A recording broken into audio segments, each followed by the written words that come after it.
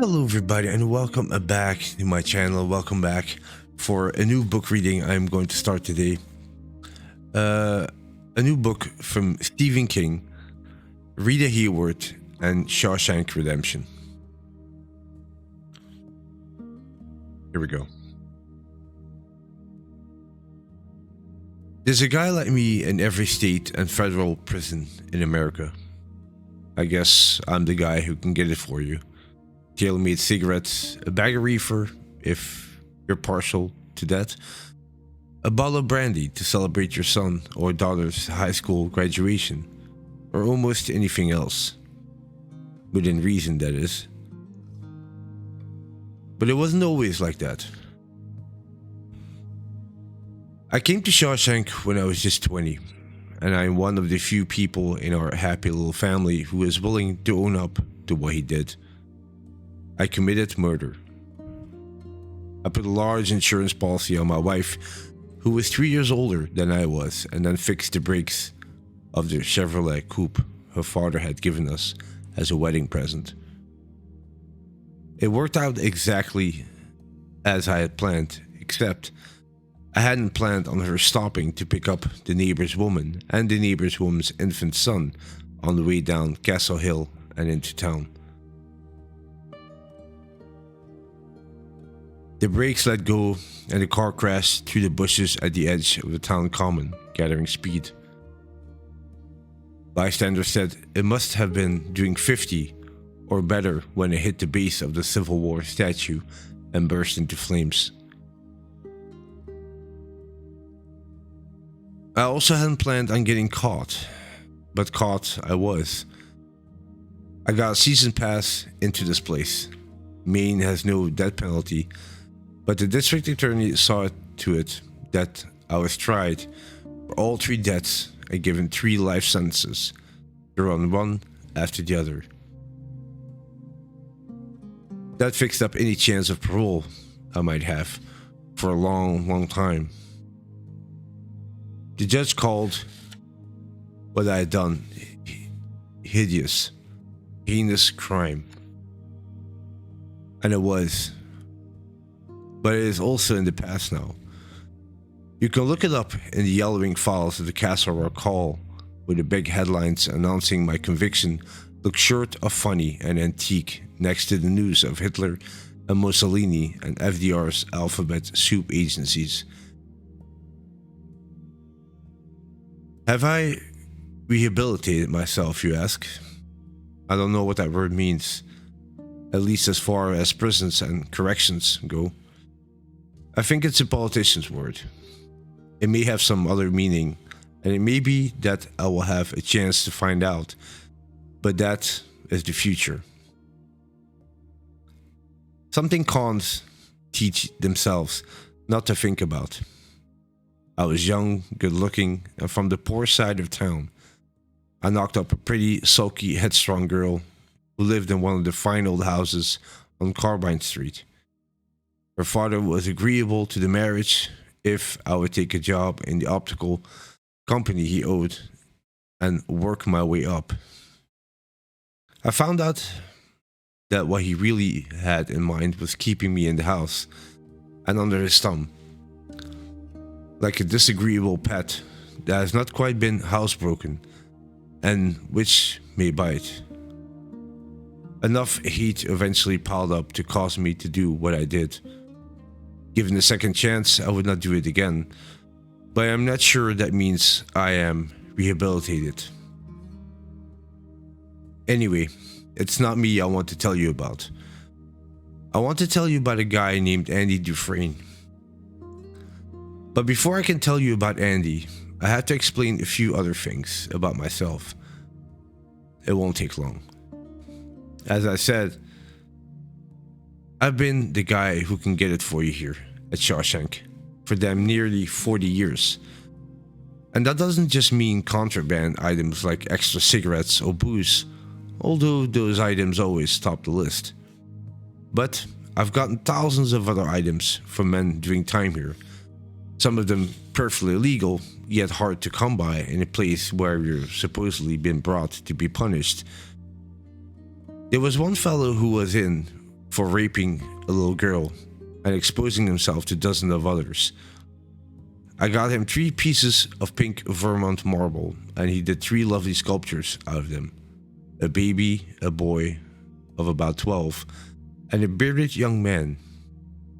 He called them the 3 ages of Jesus, and those pieces of sculpture are now in the parlor of a man who used to be governor of the state. Or here's a name you may remember if you grew up north of Massachusetts: Robert Allen Coate. In 1951, he tried to rob the first mercantile bank of Mechanic Falls, and the holdup turned into a bloodbath. 6 dead.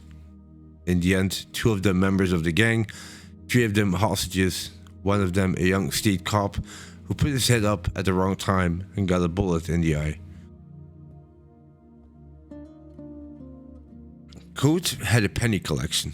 Naturally, they weren't going to let him have it in here, but with a little help from his mother and the middleman who used to drive a laundry truck, I was able to get it to him. I told him, "Bobby, you must be crazy. Wanting to have a coin collection in a stone hotel full of thieves?" He looked at me and smiled and said, "I know where to keep them. They'll be safe enough. Don't you worry." And he was right. Bobby Coate died of a brain tumor in 1976. But that coin collection has never turned up. I've gotten men chocolates on Valentine's Day. I got 3 of those green milkshakes they serve at McDonald's around St. Paddy's Day for a crazy Irishman named O'Malley.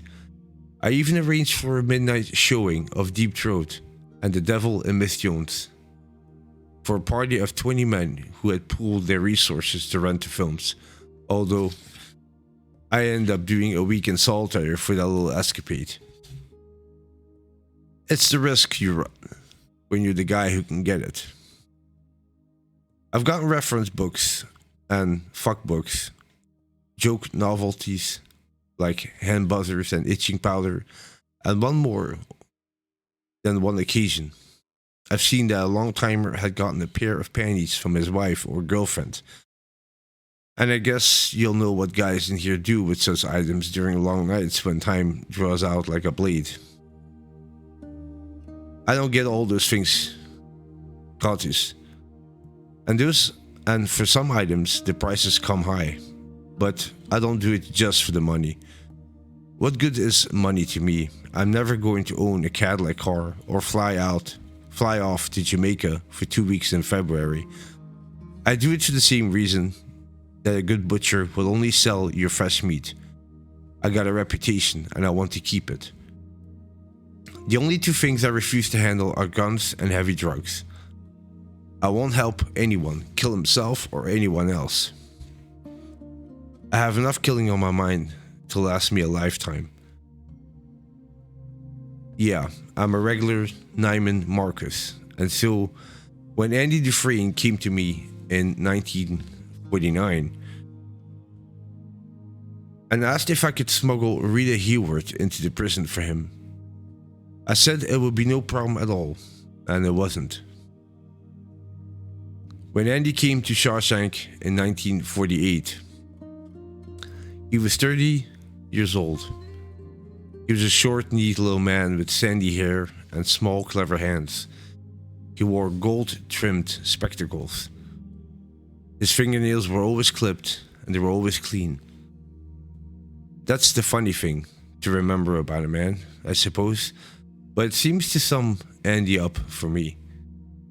He always looked as if he should have been wearing a tie. On the outside, he has been a vice president in the trust department of a large Portland bank. Good work for a man as young as he was. Especially when you consider how conservative most banks are. And you have to multiply that conservatism by 10 when you get up into New England, where folks don't like to trust a man with their money unless he's bald, limping, and constantly plucking at his pants to get his truss around straight. Andy was in for murdering his wife and her lover. As I believe I had said, everyone in prison is an innocent man, or they read that scripture the way those holy rollers on TV read the book of Revelations.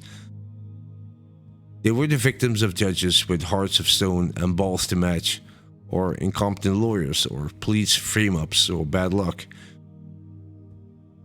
They read the scripture, but you can see a different scripture in their faces. Most cons are a low sort, no good to themselves or anyone else, and their worst luck was that their mothers carried them to term. In all my years of Shawshank, there have been less than 10 men who I believed that they told me they were innocent. Andy Dufresne was one of them, although I only became convinced of his innocence over a period of years. If I had been on the jury that heard his case in Portland Superior Court over 6 stormy weeks in 1947-48, I would have voted to convict too. It was one hell of a case, alright. One of those juicy ones, with all the right elements. It was a beautiful girl with society connections, dead. A local sports figure, also dead. And a prominent young businessman in the dock. There was this, plus all the scandal the newspapers could hint at. The prosecution had an open and shut case. The trial only lasted as long as it did because the DA was planning to run for the US House of Representatives. And he wanted John Q. Public to get a good look at his fizz. It was a crackerjack legal circus, with spectators getting in line at 4 in the morning despite the sub-zero temperatures to assure themselves of a seat. The fact of the prosecution's case that Andy never contested were these: that he had a wife, Linda Collins Dufresne, that in June of 1947 she had expressed an interest in learning the game of golf at the Falmouth Hills Country Club, that she did indeed take lessons for 4 months, that her instructor was a Falmouth Hills golf pro, Glenn Quinton. Then in late August of 1947, Andy learned that Quinton and his wife had become lovers, that Andy and Linda Dufresne argued bitterly on the afternoon of 10th September 1947, that the subject of their agreement was her infidelity. He testified that Linda professed to be glad he knew. The sneaking around, she said, was distressing. She told Andy that she planned to obtain a Reno divorce, and Andy told her he would see her in hell before he would see her in Reno. She went off to spend the night with Quinton in Quinton's rented bungalow, not far from the golf course. The next morning, his cleaning lady found both of them dead in bed. Each had been shot 4 times. It was that last fact that militated more against Andy than any of the others. The DA, with the political inspirations, made a great deal of it in his opening statement and his closing summation. Andy Dufresne, he said, was not a wronged husband seeking a hot-blooded revenge against his cheating wife. That, the DA said, could be understood if not condoned. But this revenge had been of a much colder type. Consider, the DA thundered at the jury. 4 and 4, not 6 shots, but 8. He had fired the gun empty, and then stopped to reload so he could shoot each of them again. 4 for him and 4 for her. The Portland Sun blared. The Boston Register dubbed him the Even Steven Killer. A clerk from the Wise Pawn Shop in Lewiston testified that he had sold a 6-shot .38 police special to Andrew Dufresne just 2 days before the double murder. A bartender from the country club testified that Andy had come in around 7 o'clock on the evening of September 10th, had tossed off 3 straight whiskeys in a 20-minute period. When he got up from the bar stool, he told the bartender that he was going up to Glenn Quinton's house, and the bartender, could read about the rest of it in the papers. Another clerk, this one from the handy pick store a mile or so from Quinton's house, told the court that Dufresne had come in around 8:45 on the same night. He purchased cigarettes, 3 quarts of beer, and some dish towels. The county medical examiner testified that Quinton and Dufresne woman had been killed between 11 p.m. and 2 a.m. on the night of 10th and 11th of September. The detective from the Attorney General office who had been in charge of the case testified that there was a turnout less than 70 yards from the bungalow, and that on the afternoon of September 11th, 3 pieces of evidence had been removed from that turnout.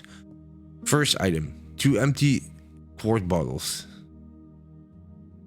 of beer with the defendant's fingerprints on them. The second item, 12 cigarette ends, all Cools, the defendant's brand.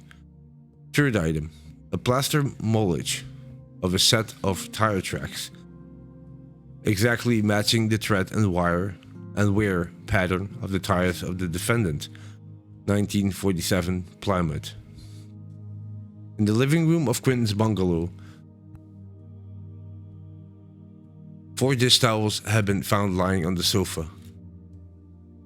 There were bullet holes through them, and the powder burns on them. The detective, terrorized over the agonized objection of Andy's lawyer that the murderer had wrapped the towels around the muzzle of the murder weapon to muzzle the sound of the gunshots, Andy Dufresne took the stand in his own defense and told his story calmly, coolly, and dispassionately. He said he had begun to hear distressing rumors about his wife and Glenn Quinton as early as the last week in July. In August, he had become distressed enough to investigate a bit. On an evening when Linda was supposed to have gone shopping in Portland after her tennis lessons, Andy had followed her and Quinton to Quinton's one-story rented house,